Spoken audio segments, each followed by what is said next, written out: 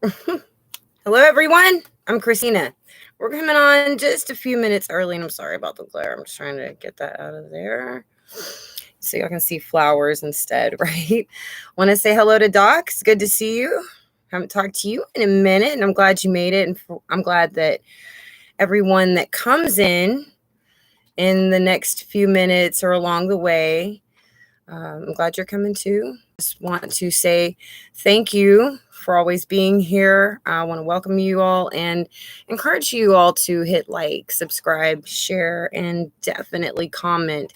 Love it when you share my videos. It helps because I do get shadow banned a lot. Weird things happen. Comments get deleted sometimes. Subscribers unsubscribed. You know the whole rigmarole that they put you through. So it's always good to help when you it's good help when you share the videos. So I'm thanking everyone for joining.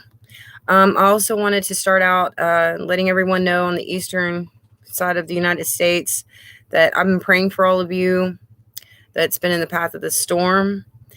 And I know from experience, when you have storms and issues like what they're going through, you're going to have power outages and water outages, which means your food might start going bad. And that's just really the start of it.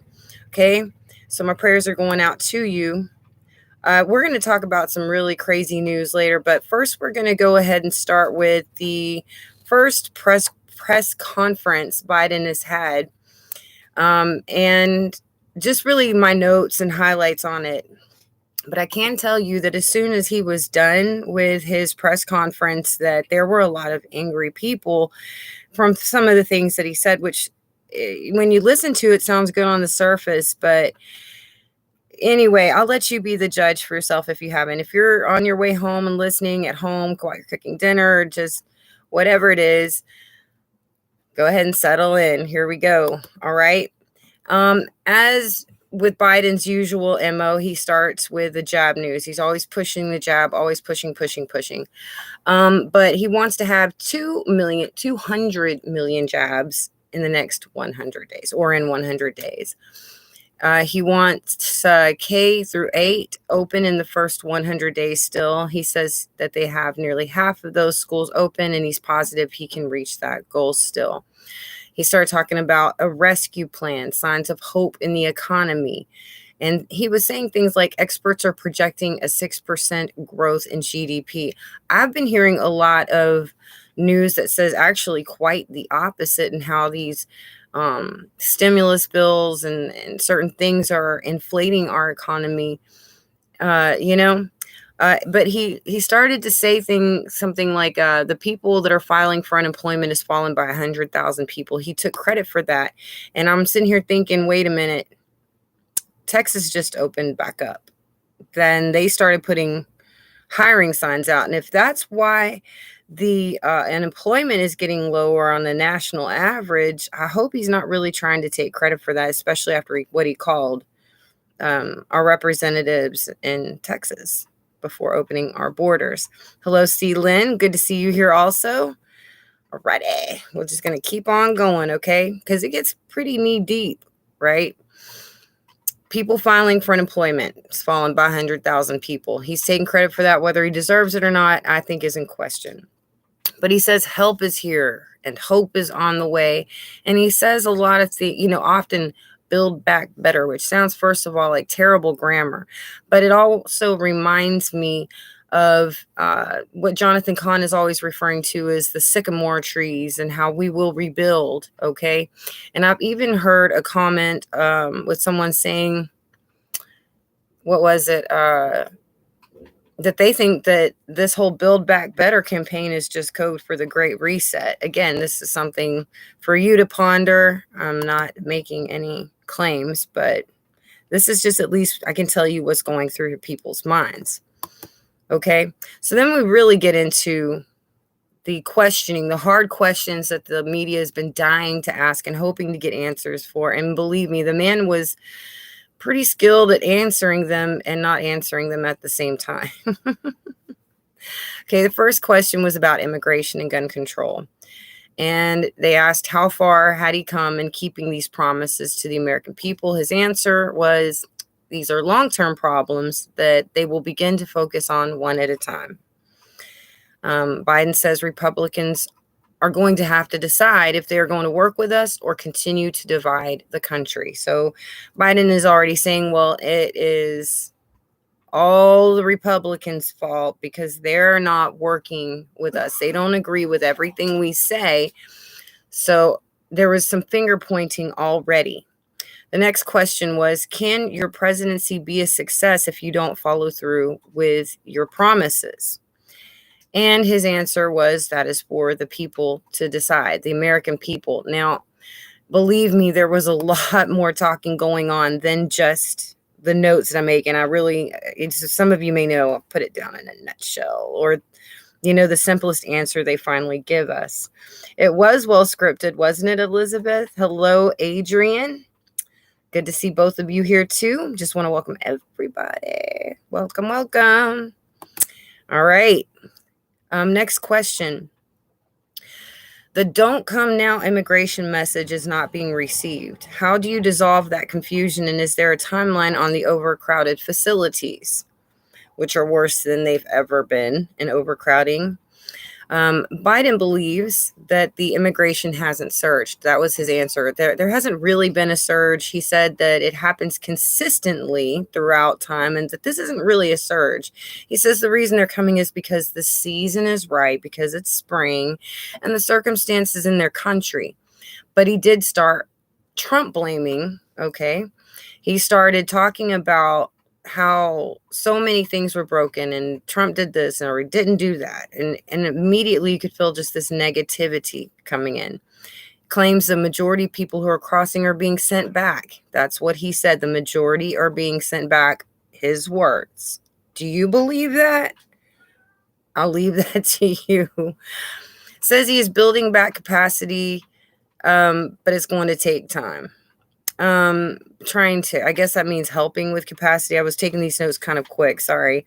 Next question is to kind of reiterate or to follow up on what they were trying to get. It said, which families are allowed to stay and how are they being chosen? And they mentioned the filibuster. All of these are hot topic items, right?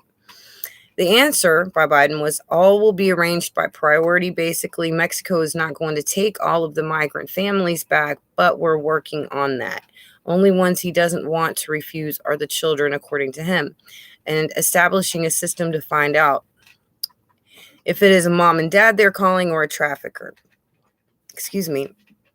When he mentioned the filibuster, he said he wants to go back to the filibuster that existed just when he came to the UN. Now, this was a really messed up sentence. He actually said this. I actually rewinded it just to make sure. He said he wants to go back to the filibuster that existed just when he came to the U.S. Senate 120 years ago. That's what he said. He wants that filibuster back that was there 120 years ago. Wonder what's going on. Are you not a moderator anymore, Watchman? Hello, Watchman. Glad to see you, though. Wonder what's going on with that. Weird. All right. Everybody's saying hello. So we did have a fumble of words that popped up in here. He said he wants it to be so that the president himself can break the tie. And then he actually fades off for a minute. He fades. He gets a little confusion going on there for just a second. But everybody presses on. The question comes next. Do you believe it should be 60 votes or 51 to eliminate the filibuster? 51 would be great, but it isn't his expertise, is what he says. In the filibuster, he claims that the filibuster is being abused. Now, others have commented, though, that without the filibuster, there's really no Senate. There's really no point. And they kind of move away from that very quickly. But the hard questioning doesn't stop. They start talking about immigration. They said the reporter, and I love this question, says the reason moms are sending their kids because they know that Biden won't turn them away. Isn't that your fault? Aren't you kind of enticing the children over here? And his answer was very, oh gosh, how do I say this? Like he was right. He kept saying over and over again about how he's such a nice guy. He's such a nice guy. And you could tell that he wants to be there for the good moments, but when it comes to harder things, he ignores it, or he diminishes it, or deflects to somebody else. And but here in this moment, he's becoming very heroic. He says, I can't let them starve to death on the other side. He wants to focus on why they are leaving countries. Now, I don't want him to starve to death either, but I'm just saying this is the approach he took to his answer. All right. He says he wants to focus on why they are leaving their countries instead of why they are coming. And he claims that he put lighting in a Latino city, which reduced crime sometime back. Maybe he did. But this is what the kicker is. He says he's going to spend $700 million a year to improve other countries. What? He raised our taxes. We just needed a stimulus check. Unemployment is just barely getting off the ground. Okay. We've got these issues, and he wants to start funding other countries. And that just goes to what China was saying in Alaska not too long ago. They said, you got too many of your own problems to be trying to worry about everybody else. Okay. Excuse me, my little kitty's a hungry little kitty. We love our cats. We really do. We're really cat people. Okay. So, since we had the cuteness interruption, we'll keep going. I told you I won't try to get too off track. All right. So he's saying that he wants to spend the $700 million a year to improve other countries because Biden believes that the conditions must be horrific for them to leave. And the whoever this reporter was, she was smart and she was quick. She goes, speaking of horrific conditions, the holding facilities are over 5,000% capacity. What is your reaction to this? And is this acceptable to you? Like, okay, yeah, they're leaving these horrific conditions, but are these not also horrific? His answer was, I'm trying to move these kids quickly to reopen facilities. It's basically what he was saying. Do not believe the high capacity, that he doesn't believe the high capacity is acceptable, which is good. All right. I'd like to know what y'all think about all these topics. We've got 9 people here, 4 thumbs up. That is awesome. Keep it up, you guys. Love all the comments. I'm glad everybody knows each other and is saying hello. That's awesome. Okay.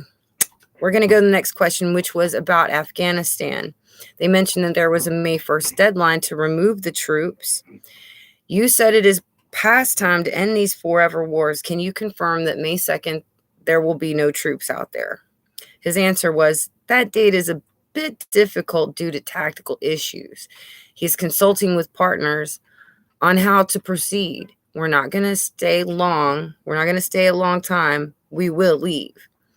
Question comes again. Will you commit to this is a different question. Will you commit to letting journalists, I love this question, access to the immigration facilities? And Biden responds with, I will commit to transparency when I can implement my plan. And this again goes back to how he only wants the news coverage if everything looks hunky-dory. Okay. But if it doesn't look very good in his light, he doesn't want anybody to see that. That's my interpretation. So yeah, we'll get transparency.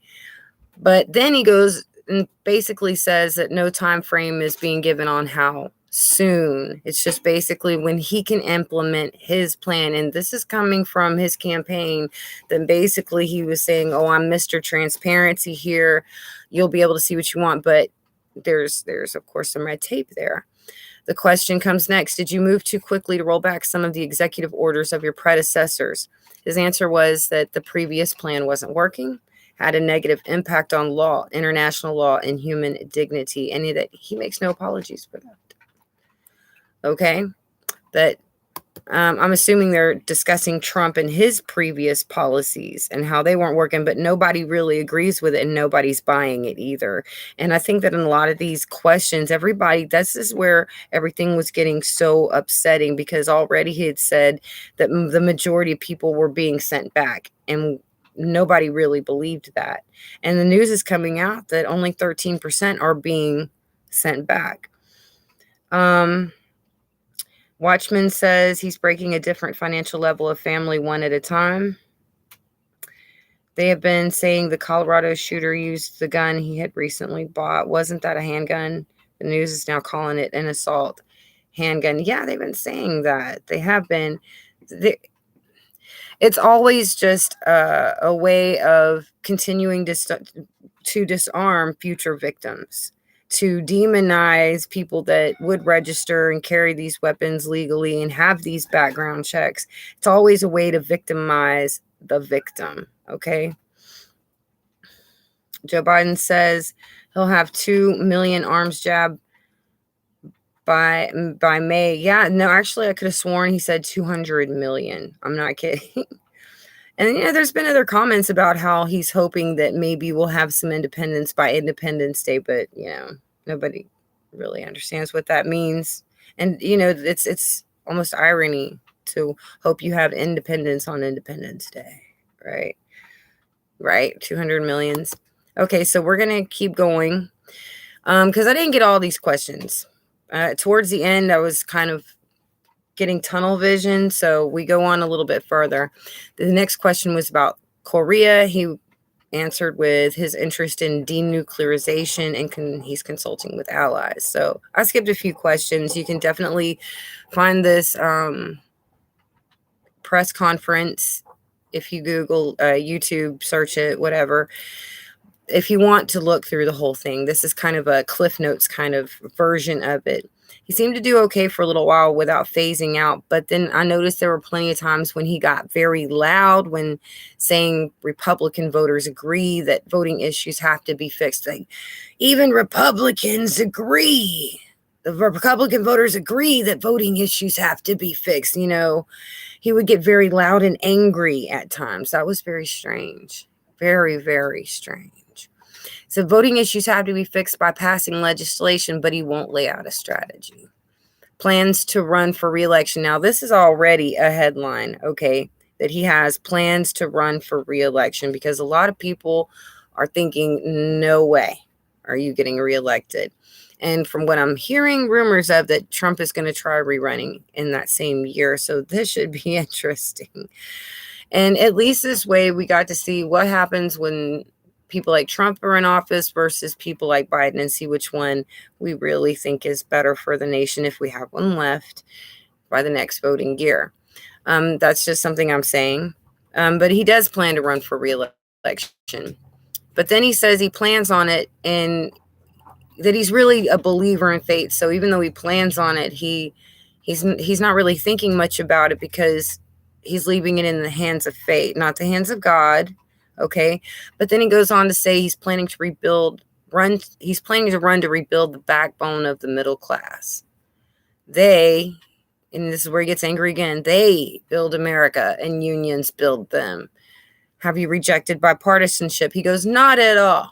Now, what do you think about that? Has he rejected bipartisanship? I mean, what is this thing with the filibuster? You see what I'm saying? There's a little bit of double talk going on. Oh, we got a good check going on. I agree with you, Elizabeth. I don't believe him either. The top two are puppets for the elitists. D's full visions are the time. Get stricter gun laws, and Russia and China have a better way of taking over America. Darn brainless. Well, what I'm thinking is, if more Americans that were law-abiding, says like these people that get shot in these mass shootings, if they had guns in their hands, I bet less people would have died that day, minus the shooter, right? That's just my thought. Maybe we aren't armed enough to protect ourselves. And didn't they say it took like an hour for them to even get to that shooting? Child trafficking with phone numbers on the wrist, and it looks like to people that Biden's enticing these children. Okay. They're trying to blame Trump for the border surge. Yes, they are. This is outrageous. They're dropping, but you know what they call it? That's called gaslighting. Okay, y'all should, if y'all don't know what gaslighting is, you should definitely check that out. I'm very glad to see that you are here, D's full visions or the time, and AA strumming. I always want to welcome everybody that's here. Always, always. Oh gosh. Okay, good. All right, so we're gonna keep going. All right, so do you think that they're acting with bipartisanship? Do you think they're rejecting it? Because he doesn't think they have. would like elected Republican support, but the voters agree with what he's doing. That's what he says. He would like the Republican support, but he believes the voters are agreeing with what he's doing. Do you think or do you as a voter agree with what Biden's doing? We can take our own little poll, like 1 for yes, 2 for no. All right. So understandably, Diamond and Silk, come on, I'm telling you, minutes after this press conference, okay? And they're mad. They are so mad. They're so mad that they're cussing. That's not really like them that I know of. Sometimes I know they do, but they were cussing. They did not like any of it. They feel that too many American children are hurting to be taking on other countries, and they don't think Biden is a nice guy, rather that he is bankrupting the country. And they don't want his jab that is not FDA approved. All right.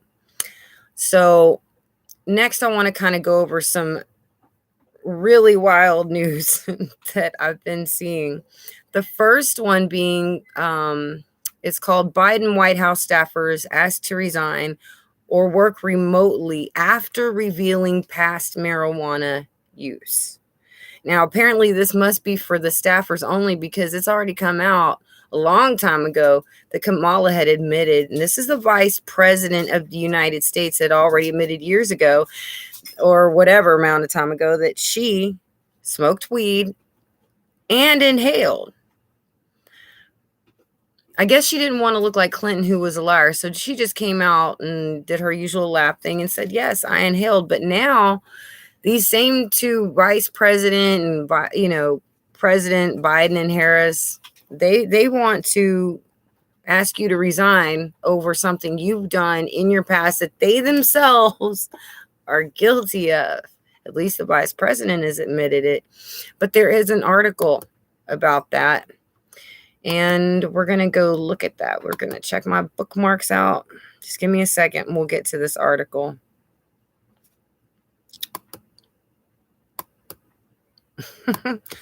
Well, I hope, oh, there it is. Okay.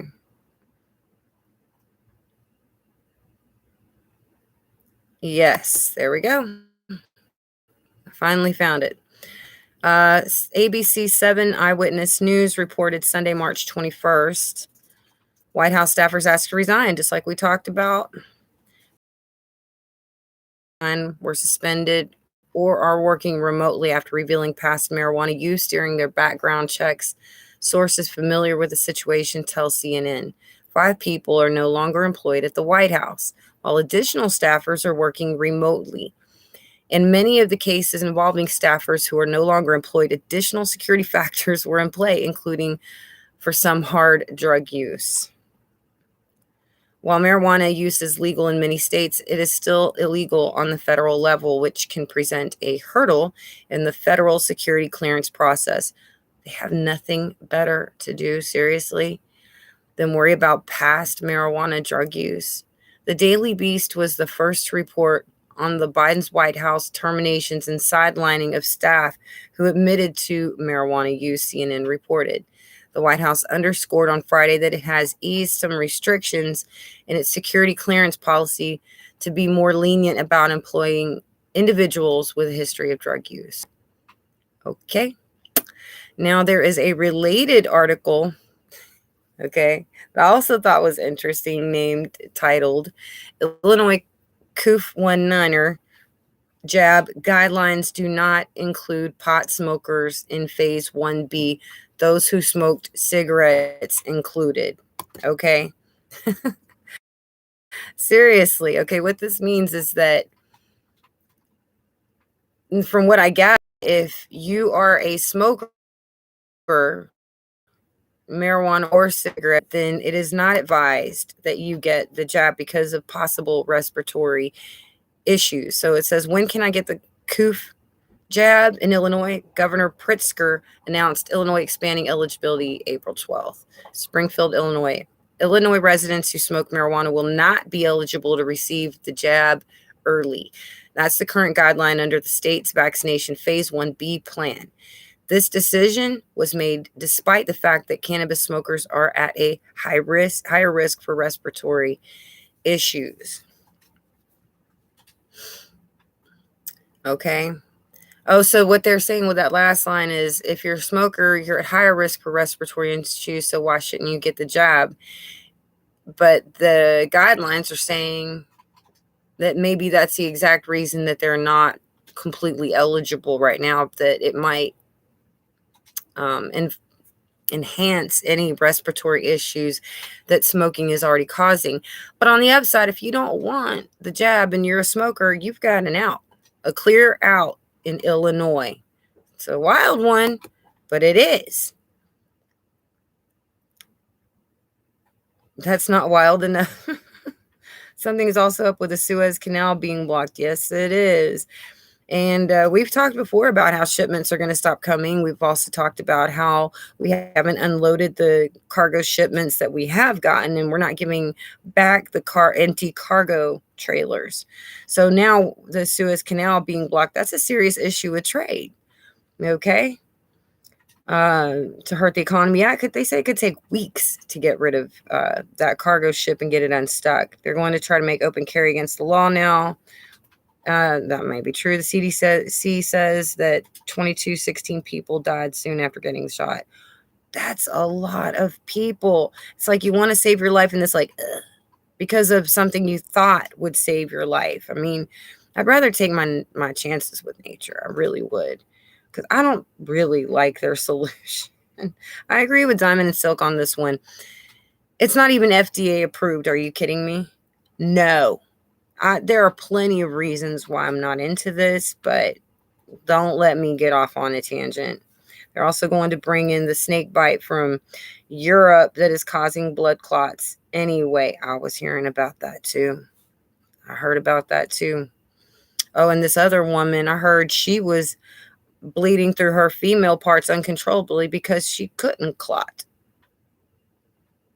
Pharmaceutical companies keep denying that people that died moments after getting the jab were necessarily the fault of, yeah, of course they will. I mean, they're immune anyway, so they can say whatever they want. Think about that. Okay. So, however, people who smoked cigarettes, we're going back to the article. I know we kind of went off for a second, or smoked do qualify for the earlier phase. That's so weird. The CDC said adults who smoke have an increased risk of severe illness from the coof. Okay. The agency also said about 16% of Illinois adults are smokers. It's not clear how health officials will verify whether someone is a smoker. Okay, that article seemed so two-sided. I don't know if I was the only one who just noticed that. There is definitely more. So hold on just a second, because we're getting there.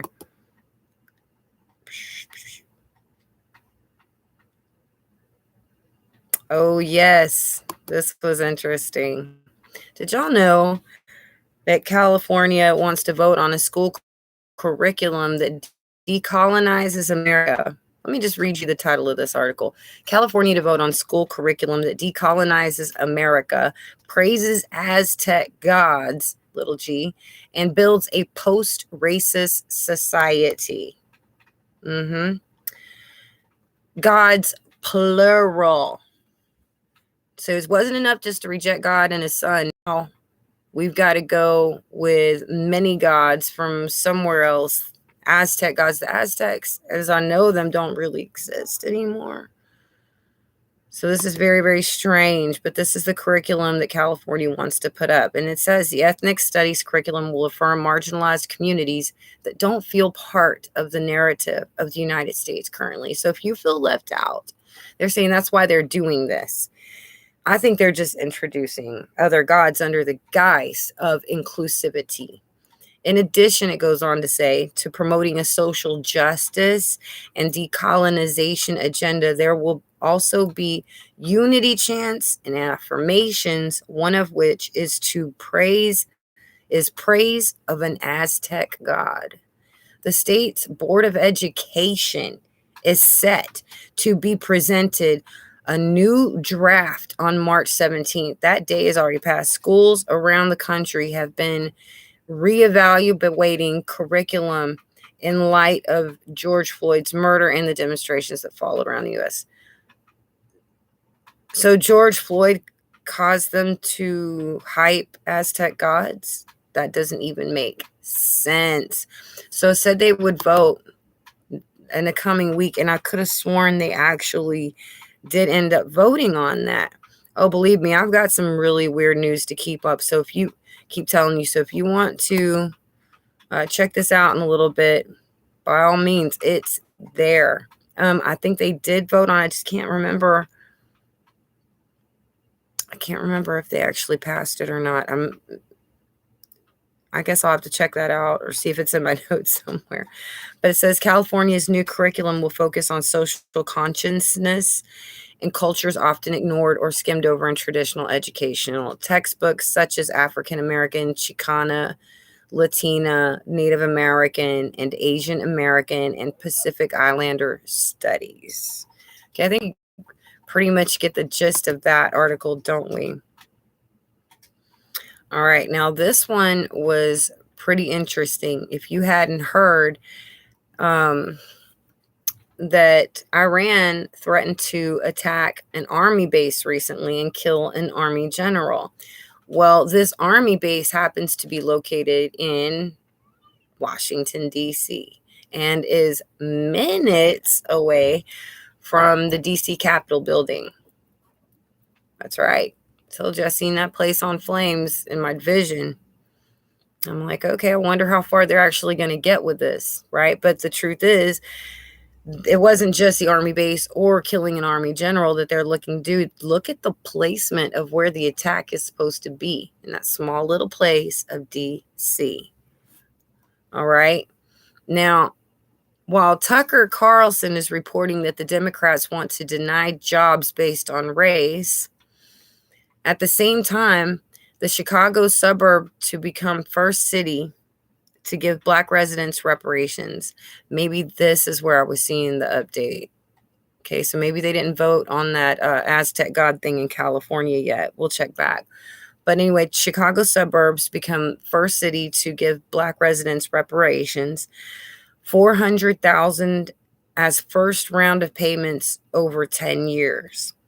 The opposition to this says that the vote is being pushed, and this is by their own residents, from what I understand. And they say that they're not allowing the community to come through with concerns, says the reparations are unconstitutional. Yesterday, the first part of the plan was passed. Will come from marijuana sales tax. So marijuana is in the news for a lot of things right now. You see that? Those approved can use the money, like $25,000 for down payments on houses and cars, etc. First step towards justice. Now, what I thought was interesting is the fact that these are reparations, and it reminded me of a vision that Shane Warren had. So I went back and checked it out and took some notes on that. He said he went to sleep. He was watching television in a vision of a weather broadcast. A tragic story. There is a hurricane seems to be coming across the heartland of America. He was horrified to see a massive storm covering all of America. He said this isn't normal. He's holding in his fist $100 bills, this reporter. It's raining $100 bills. And he goes, look, another tragedy. So it shows that before another tragedy hits, it's raining money. Okay. Another tragedy hits, and it says an earthquake on the New Madrid fault caused entire cities to crumble. They have divided my land, now will divide their land. So that was weird. You know, it just kind of seems like, could this be our future? Saw silver began to drastically increase, not gold. That's what he says. But what we find is that when the dollar value decreases, that silver does tend to increase. So this is a confirmation of economic depression. He says that riots began to break out in major cities. Give us our entitlements. Civil war within our borders over the devaluing of our money. I want my entitlements. All right. Then he goes on to say that China, Russia wanted to change what currency they buy oil with. Couldn't go to the government anymore. Had to go to God for help. That's what he's saying. He said a revival was starting to take place. Now, with these reparations in Chicago, it looks like California wants to do something similar, according to Tim Pool reporting. But what's also interesting about Shane Warren and mentioning the other countries' currency they buy oil with is that today Ice Age Farmer was talking about not just the fact that the Suez Canal was blocked, but that the plants that produce our plastics in Texas are still shut down. And in order to make these plastics, you need petroleum, right? But he's saying that these plants are still shut down. So things like PVC pipe and milk jugs are in short supply, going to be in short supply, high in demand and pricing. We know by economics, the first thing you learn in economics class is demand versus supply and demand. If you have a low supply and high demand, the price goes up. If you have a high supply and low demand, the price goes low. And right now the demand is going up, the supply is going low. So that tells you that you're going to be paying more for your milk, for anything that has anything to do with plastics, your sandwich bags. Think about that. Even the things that cover your toilet paper, the plastic wrapping, all of that is going to cause your products that you buy every day to start inching up, not just the gas prices. Okay. Hello, Billy Joe Schmo. So good to see you. Watchman says, Dabu reported on CERN today they are working on portholes or dimensional theory as I suspected. Oh, they're going to open up the pit. I believe that. I've been saying they've been opening gates the whole time, and I think you're right, Watchman. Clarissa Packer, 1183, good to see you. In fact, the Aztecs sacrificed people to their gods by cutting their hearts out, sometimes multiple times a day. And what does that say that they're really saying in this curriculum? They want to teach our children, okay? What with the famines, the economic problems, I know how to solve it. Let's eat humans. Let's sacrifice. Let's eat humans. What else could they be doing? I mean, but telling our kids that it's okay to do that. And with what such timing, right? Such precise timing, don't you think?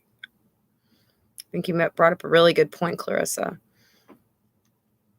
Billy Joe Smo says most physicists I know knew about this already. We just didn't have proof. Yeah. They were probably called conspiracy theorists, right? I believe you're right, Billy. We're on the edge of the largest world depression in history. All of it's scary. Absolutely. Thank you for the thumbs up, everybody. Thank you. All right. Now we're going to move on to a little bit of prophecy. And one of my subs, my family members here, is Angela Curran. Y'all might recognize her name. She had a very interesting video suggestion for us to explore tonight that begins with an ancient way to read the Torah to get clues on what will happen in any given year. According to what is being said, every sentence is 1 year. Right now, we were in the year 5781, which speaks of spiritual loneliness. That's what they say. Okay, so the next Jewish calendar year is supposed to start on September 7th, 2021. That would start the year 5782. But what they're saying is if it's in the Bible, the Torah makes up the first 5 books of the Bible in the Old Testament. And some people, so they are saying that a secret that they've had is that for every sentence, it kind of gives a clue, a hint to what that year is going to be like, right? Hey, honey, will you get my Bible off the bed? And I didn't know if I was doing it right, but I was like, okay, well, since they mentioned that 1948 was Deuteronomy 30, verse 3, I decided, well, why not just try going 74 verses ahead and see if there was any clue. Now, whether I was right or not, I don't know. But this is the area that I landed, which was chapter 32 of Deuteronomy. Hold on. Yeah, I noticed in Deuteronomy 32:16, it says they provoked him to jealousy with strange gods, with abominations provoked they him to anger. They sacrificed unto devils, not to God, to gods whom they knew not, to new gods that came newly up, whom your fathers feared not. Of the rock that begat thee, thou art unmindful, and hast forgotten God that formed thee. So that's around the area that I landed. It just seemed to make the most sense. Did I do it right? I don't know. I just thought it was pretty interesting that y'all might be interested in hearing it. But one thing we do know is that the year 5782 is also a Shemitah year. And the Shemitah year, it's always every 7 years, and it has to do with forgiveness of debts, but it's a sabbatical year. You know, you work for 6 days, you rest on the seventh, and the same with years. You work the land for 6 years, and on the seventh year, you rest. So literally, this coming year is a Shemitah year, and we're not supposed to farm. Now, if that doesn't tell you should be prepped, that maybe you won't be able to do any farming or a lot of things, it really does bring attention to how much you prep, because that was the whole point of reaching this Shemitah, is that you had prepped ahead of time for that year without farming, without goods coming in. But debts are supposed to be forgiven. And this thing about the Shemitah is that for a nation, depending on what you've been doing spiritually, it can either mean a blessing or a curse for that year. So you take that info for what you want. All right. But this video goes on to give a prophecy of the fall and destruction of America and a war between Christians and Muslims. They mentioned that 70 nations would come against Israel, but they shouldn't worry at all. Eventually, the whole world will become Israel, and Israel will become Jerusalem, which means that at some point, Israel will have, in the future, maybe after the war, complete control of the world, is what this seemed to be implying. Let's go ahead and check the comments just for a second. Okay. Ooh, Ebola in Pennsylvania. That's not okay. Ooh, we'll have to check that out soon, huh? Maybe for the next live stream. All right, let's see what else we got here. Okay, so yeah, the video goes on to describe how America would have to be divided internally with racial and ethnic issues, which is happening now. This video was made several years ago. You can check it out. I've got it in the description box.